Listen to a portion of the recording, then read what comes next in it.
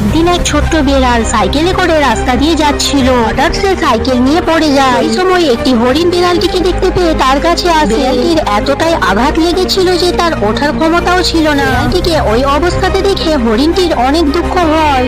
হরিণটি তখন বিড়ালটিকে তার বাড়ি নিয়ে যায়। তারপর হরিণটি বাচ্চা বিড়ালটিকে কাছে নিয়ে ঘুমিয়ে পড়ে। হরিণটি বাচ্চা বিড়ালটিকে সন্তানের মতো ভালোবাসা দিয়ে একটু একটু করে বড় করতে থাকে। এভাবেই কিছুদিন কাটতে থাকে। হরিণের ভালোবাসা ও তার আদর যত্ন পেয়ে একটা সময় বিড়ালটি অনেক বড় হয়ে যায়। বিড়ালটি একদিন ভাবলো সে হরিণকে মেরে ফেলবে, কারণ সে হরিণের মাংস খেতে চায়। তারপর সে হরিণটিকে মেরে ফেলে। হরিণটির মাংস পোড়াতে লাগলো মজা করে খাওয়ার জন্য। গল্পটির মাধ্যমে এটাই বোঝা গেল যে মানুষকে এতটাই ভালোবেসে বিশ্বাস করো না, সে হয়তো তোমার বিশ্বাসের সুযোগ নিয়ে তোমারই একদিন ক্ষতি করে বসবে।